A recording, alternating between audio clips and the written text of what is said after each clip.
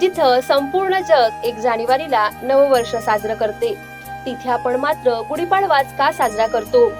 कारण हा सण केवळ महाराष्ट्रापुरता मर्यादित नसून दक्षिण भारतातही उगादी म्हणून साजरा केला जातो.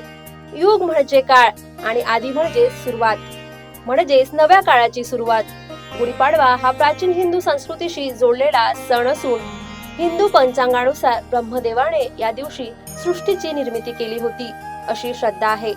म्हणूनच हा दिवस नववर्षाचा प्रारंभ मानला जातो.